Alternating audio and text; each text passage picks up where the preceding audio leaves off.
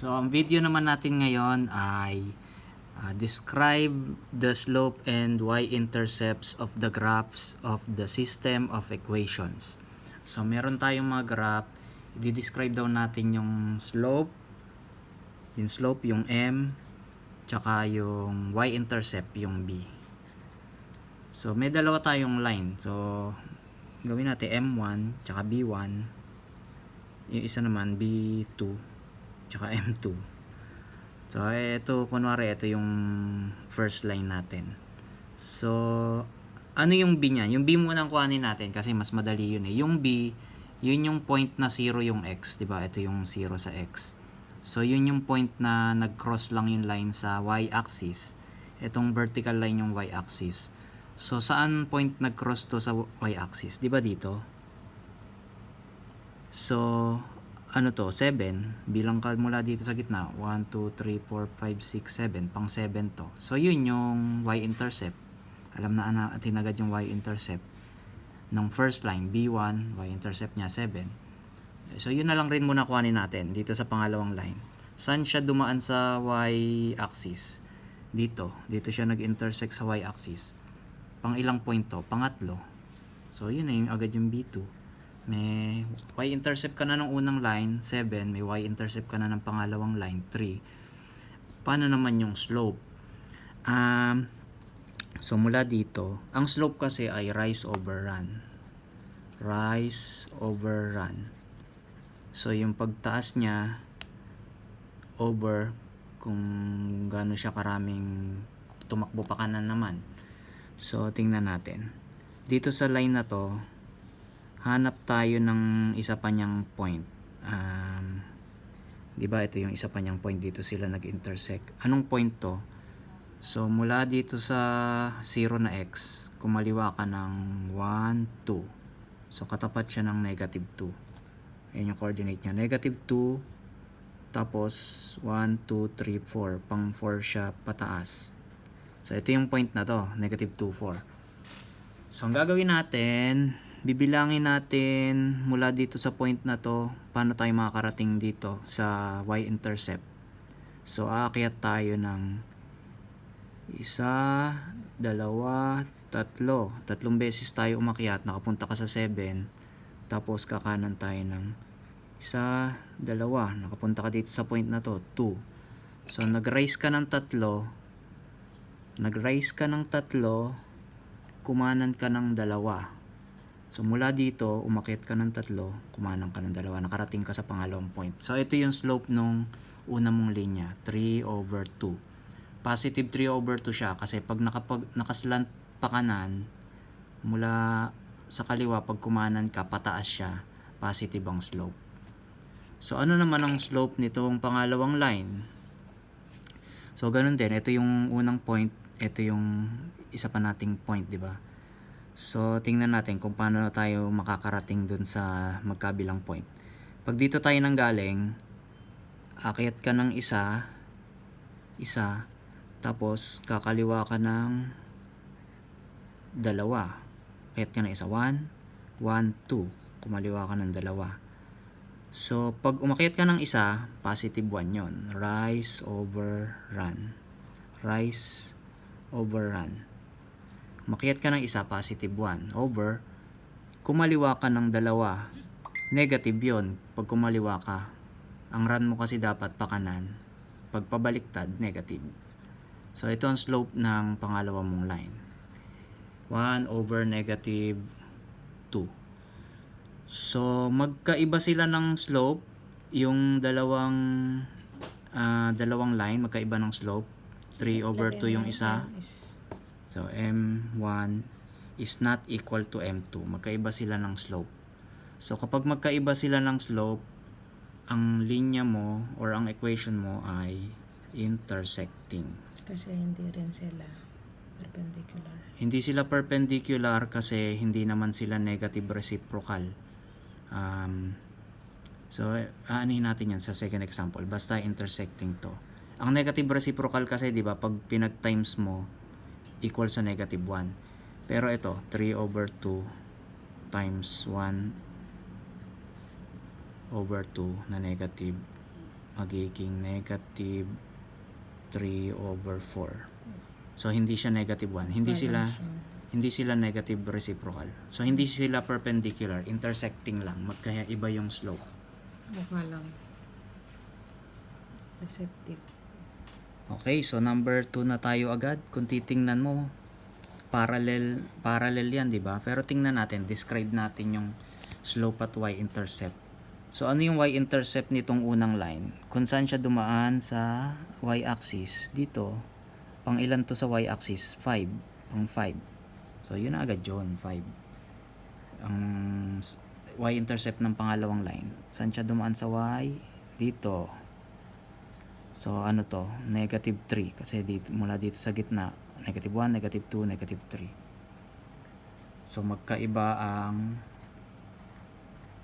y-intercept nila, hindi equal. So paano naman yung slope? M1. So itong 1. Hanap ka ng isa pang point. So ito. Isa pa nating point. Anong coordinate nito? Negative 2 pa kaliwa, di ba? Negative 1, negative 2. Katapat siya ng negative 2. Katapat siya ng 2 sa y. So negative 2, 2. Tapos, paano tayo makakarating dito sa y-intercept natin? So, ilang akyat yan? 1, 2, 3. Umakyat ka ng 3. From 2, 3, 4, 5. Umakyat ka ng 3. Tapos, kakanan ka ng 1, 2. Umakyat ng 3. Kumanan ka ng 2. So, ang slope natin, rise over run. Akyat ka, kakanan. Kumanan ka dito ng 3. Tapos kumanan ka ng 2. So ayan ang slope nitong unang line. Ang slope naman ng pangalawang line, so ito yung isang point natin. Hanap tayo ng isa pang point. Ito. Ang coordinate nito ay 2 yung x, nakatapat sa 2 ng x. 0 yung y, nakatapat sa 0 ng y. So paano tayo pupunta dyan pag galing tayo dito? Akyat tayo ng 1, 2, 3. Umakyat tayo ng 3. So, yun na yung rise mo, rise. Umakyat ka ng 3. 1, 2, 3. Tapos kakanan ka ng 1, 2. Kumanan ka ng 2. Overrun. So, 3 over 2. So, yung slope ng unang line ay equal sa slope ng pangalawang line. Pag equal ang slope, ang graph nila ay parallel. So, next. So, ito naman yung ating third item. Yung y-intercept muna ang hanapin natin kasi yun yung madaling hanapin. Ito yung first line natin. Saan siya nag-intersect sa y-axis? Dito. Sa 4. So, 4. Ganun lang kadali. Yung y-intercept ng pangalawang line, saan siya dadaan sa y-axis? Dito. Sa negative 4. Negative 4 to, di ba? Ayan. So, ang y-intercept nila ay hindi equal. 4 yung isa, negative 4 yung isa. Slope naman nitong una nating line, hanap ka ng isa pang point. Saan ba dito yung sakto? Ito. Sakto to, di ba? Anong coordinate nito? Katapat siya ng 1 sa x, katapat siya ng 1 sa y. So paano tayo pupunta mula dito papunta dito sa y-intercept? So from 1, pupunta ka sa 4, akyat ka ng 1, 2, 3. Umakyat ka ng 3. Tapos, kakaliwa ka ng isa. So, ano ang ibig sabihin niyan? Rise over run. Rise, run ka kanan. Umakyat ka ng 3, 3, over, kumaliwa ka ng isa. Ang run mo pa kanan, so pag kumaliwa ka, negative 1. So, ang slope mo ay 3 over negative 1 or same lang siya sa negative 3. Kasi 3 divided by negative 1 is negative 3. So, ano naman ang slope nitong isa nating line? Ganun din, meron na tayong isang point, yung y-intercept. Hanap pa tayo ng isa pang point dito. Sakto naman to, di ba? So, anong katapat niya sa x? 3. Katapat niya sa y, negative 5. Negative 5. So, paano ka pupunta mula dito papunta dito? Bababa ka ng isa. Baba ka ng isa, negative 1 yon. Tapos, kakanan ka. 1, 2, 3. Kumanan ka ng 3. So, ang slope natin sa second line, rise over run. Rise, taas, run, kanan. Rise, negative 1 kasi imbis na umakyat ka, bumaba ka. So, negative 1. Over, run, kumanan ka ng 3. So, negative 1 over 3, yung slope ng pangalawang line.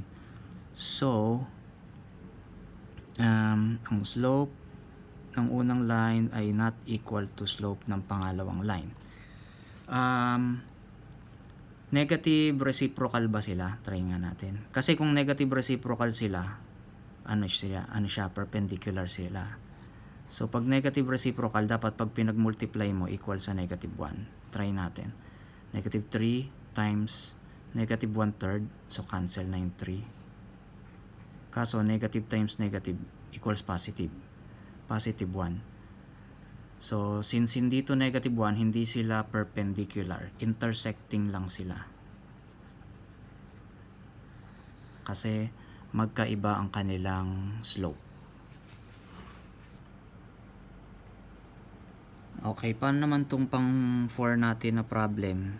So, dalawang line. Ito yung isang line. Tingnan nyo yung arrow. Ito yung isang line, mas maliit. Ito yung isa pang line, mas malaki. So, pag ganyan, magkadikit yung line, coinciding yan, di ba? Pero ano ang slope at y-intercepting na natin? So, y-intercept muna, anong unang line? Itong mas maliit na line, ano y-intercept niyan? Dumaan siya sa y-axis sa 3. So, 3. Eh, yung pangalawang line, yung mas mahaba, dumaan siya sa y-axis sa 3 din. So, B1 is equal to B2. Pareha silang 3, yung y-intercept. Ano naman ang slope nila? Rise over run. Rise over run. Yung mas maliit na linya, teka, hanap tayo ng isang point. Ito. Ay, hindi. Huwag na yan. Ito na lang. Mas malapit. Katapat to ng 2 sa x, 2 sa y. So, mula dito sa 2, 2, paano ka makakarating dito? Ang coordinate kasi nito ay 0 yung x, 3 yung y. So, aakyat ka ng isa lang. Tapos, kakaliwa ka ng dalawa. 1, 2. Para ka makarating doon. So, 2, umakyat ka ng isa para maging 3. Tapos, kumaliwa ka ng dalawa para magpunta ka dito. So, ang rise mo ay 1. Ang run mo ay negative 2 kasi kumaliwa ka, sa kabilang direksyon ka pumunta. So, ito yung slope nung una mong line. Anong slope ng pangalawang line? Itong mas mahabang line. Ganon din, di ba? Kasi dumaan din siya dito sa dalawang point eh. Ganon din yung makukompute mo na slope. 1 over negative 2 din. So, magkapareha sila ng slope. Kapag magkaparehas ang slope at magkaparehas ang y-intercept, ang line ay coinciding.